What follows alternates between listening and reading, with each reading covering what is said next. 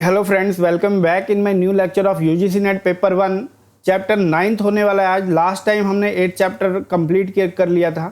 आज हम बिहेवियरिज्म के ऊपर पढ़ेंगे। मेरे पिछले लेक्चर्स के लिए आप मेरे चैनल को फॉलो कर सकते हैं, सब्सक्राइब कर सकते हैं फॉर फ्यूचर नोटिफिकेशन। स्टार्ट करते हैं बिहेवियरिज्म। बिहेवियरिज्म के अंदर हम जो टॉपिक पढ़ेंगे वो है SR Evans SR theory of Watson. Watson की SR theory, Ivan Pavlov's classical conditioning, BF Skinner's की operant conditioning and Kurt Lewin's की चेंज मॉडल। सबसे पहला है इवान पेवलोव्स की क्लासिकल कंडीशनिंग। इवान पेवलोव ने एक क्लासिकल कंडीशनिंग दी थी। सबसे पहले तो मैं आपको कंडीशनिंग का मीनिंग समझा दूं। What is the meaning of conditioning? Conditioning, आपने एयर कंडीशनर वर्ड सुना होगा, सबके घरों में लगा हुआ है ऑलमोस्ट। एयर कंडीशनर क्या होता है? आपके एनवायरनमेंट को आपके हिसाब से कंडीशन करके देता है। मतलब कि आपको जैसा चाहिए वैसा कंडीशनिंग करके देता है, इसलिए उसका नाम भी air conditioner. Similar in behaviourism भी हम किसी के बिहेवियर को कंडीशन करते हैं। कंडीशन मतलब हम अपनी तरह से चाहते हैं कि जैसा हम चाहें वैसा वो बिहेव करे। इसी को कंडीशनिंग कहते हैं। हमारे अनुसार कोई बिहेव करे, दैट इज कॉल्ड कंडीशनिंग। तो इवान पेवलोव ने क्लासिकल कंडीशनिंग दी थी। उसने एक रिसर्च किया था कुत्ते के ऊपर। उसने क्या किया, सबसे पहले कुत्ते को फूड दिखाया। फूड दिखाने से जो डॉग था उसने रिस्पॉन्स किया। उसने फिर सेकंड स्टेप में क्या किया, एक विस्टल से सीटी बजाई, कुत्ते ने कोई रिस्पॉन्स नहीं किया। थर्ड में उसने क्या किया, विस्टल और फूड दोनों को, मतलब विस्टल सीटी भी बजाई और फूड भी रख दिया कुत्ते के आगे, तो कुत्ता दौड़ा दौड़ा चला आया। फोर्थ में उसने क्या किया, सिर्फ सीटी बजाई तो कुत्ता दौड़ के आया कि उसको खाना मिलेगा, उसको फूड मिलेगा। तो यहाँ पे पहले जब बिफोर कंडीशनिंग क्या हुआ था, बिफोर कंडीशनिंग सिर्फ विस्टल की वजह से कुत्ता नहीं आया था। यहाँ पे डॉग आया नहीं, लेकिन जब उसने खाने के साथ कंडीशनिंग करी, विस्टल बजाया और खाना भी रखा, तो जब कुत्ता आया और बार बार उसने ऐसे किया तो कुत्ते को ये समझ में आ गया कि जब भी सीटी बजती है तब भी खाना मिलता है। इट मीन्स उसके दिमाग में ये चीज़ सेट हो गई कि विस्टल के बजने से खाना मिलेगा। हैंस अब जब कंडीशनिंग कर दी, उसको इस तरह से कंडीशन कर दिया, तो सिर्फ सीटी की आवाज़ से कुत्ता ये सोचता है कि उसको उसके लिए खाना तैयार हो गया। वो सिर्फ सीटी की आवाज़ पे ही रिस्पॉन्स करने लगता है। इसी को कहते हैं conditioning. This is all about conditioning. कि पहले बिफोर कंडीशनिंग सिर्फ सीटी की आवाज़ से डॉग का कोई रिस्पॉन्स नहीं आता था, लेकिन अब आफ्टर कंडीशनिंग सिर्फ सीटी की आवाज़ से इस कुत्ते का रिस्पॉन्स आने लगा। तो बस इसमें यही है इवान पेवलोव की क्लासिकल कंडीशनिंग के अंदर। नेक्स्ट है SR theory of Watson. Watson की एसआर थ्योरी पढ़ेंगे। इसमें क्या कहा है वॉटसन ने कहा है कि दिमाग और कॉन्शियसनेस कुछ भी नहीं है। There is nothing like mind और कॉन्शियसनेस। उसने बोला हर चीज़ जो है वो किसी स्टिमुलस का रिस्पॉन्स होता है। मतलब कोई एक्टिविटी होती है उसी का रिस्पॉन्स होता है हर चीज़।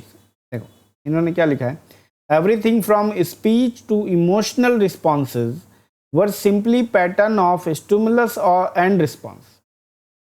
मतलब जो भी चीज़ है, जो भी इमोशन है, जो भी एक्टिविटी आप कर रहे हो, वो हर एक्टिविटी किसी न किसी दूसरी एक्टिविटी की वजह से है, उसके रिस्पॉन्स में है।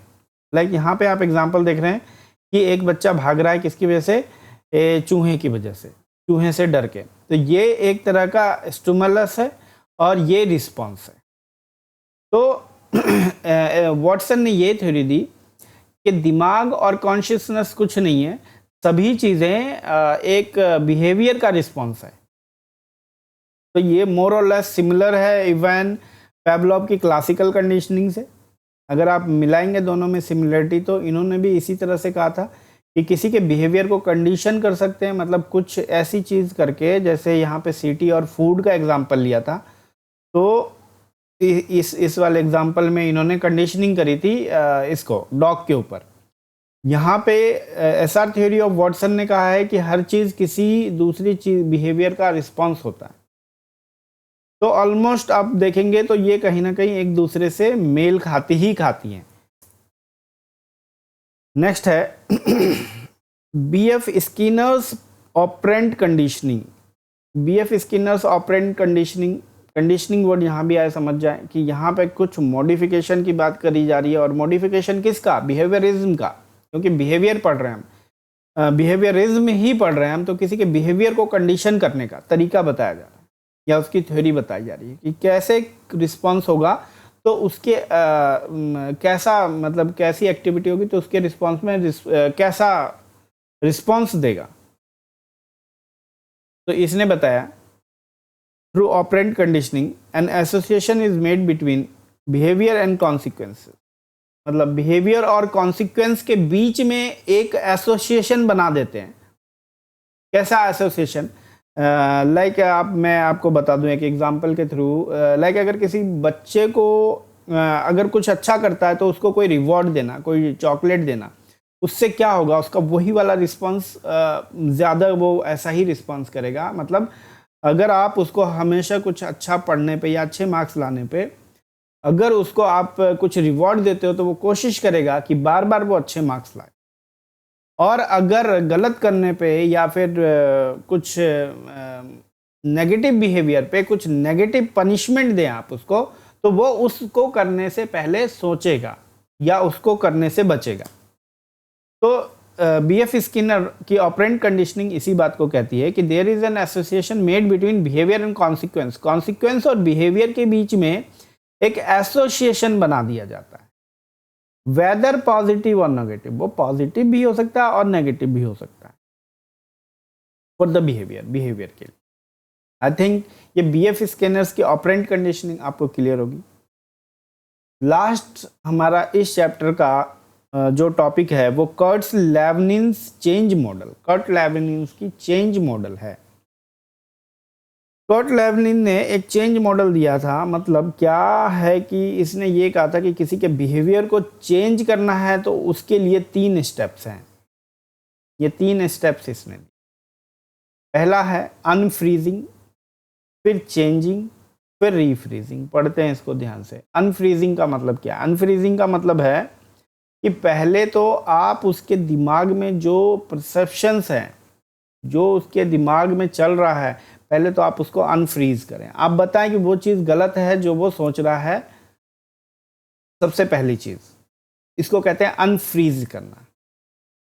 फिर है चेंजिंग। अब क्योंकि उसने जो उसकी विचारधारा थी वो अनफ्रीज हो गई है, मतलब वो समझ गया है कि वो चीज़ सही नहीं है, तो अब उसके अंदर चेंज डालेंगे, वो वाला चेंज जो हम चाहते हैं। हम अपने हिसाब से उसको मॉडिफाई करके उसके अंदर चेंज कर देंगे कि हैंस वो गलत है और अब ये चीज़ सही है। तो जो वो सोच रहा था पहले वो तो अनफ्रीज हो गया, गलत हो गया, और ये वाला सही है, ये चीज़ उसके दिमाग में आपने सेट कर दी, तो हैंस ये कहलाता है चेंजिंग। और फिर रीफ्रीजिंग। अब रीफ्रीजिंग मतलब अब जो चेंज आपने करके डाल दिया उसको रीफ्रीज कर दें, मतलब वो अब उसकी विचारधारा में ही ये चीज़ आ गई है, अब वो इससे हटेगा नहीं। तो हैंस रीफ्रीजिंग मतलब आप फिर से उस चीज़ को सेट कर दें वहीं पे। तो this is the 3 steps of Lewin change model: unfreezing, changing and refreezing. I hope this would be clear. आज का टॉपिक यहीं पे ख़त्म करते हैं। Thank you so much.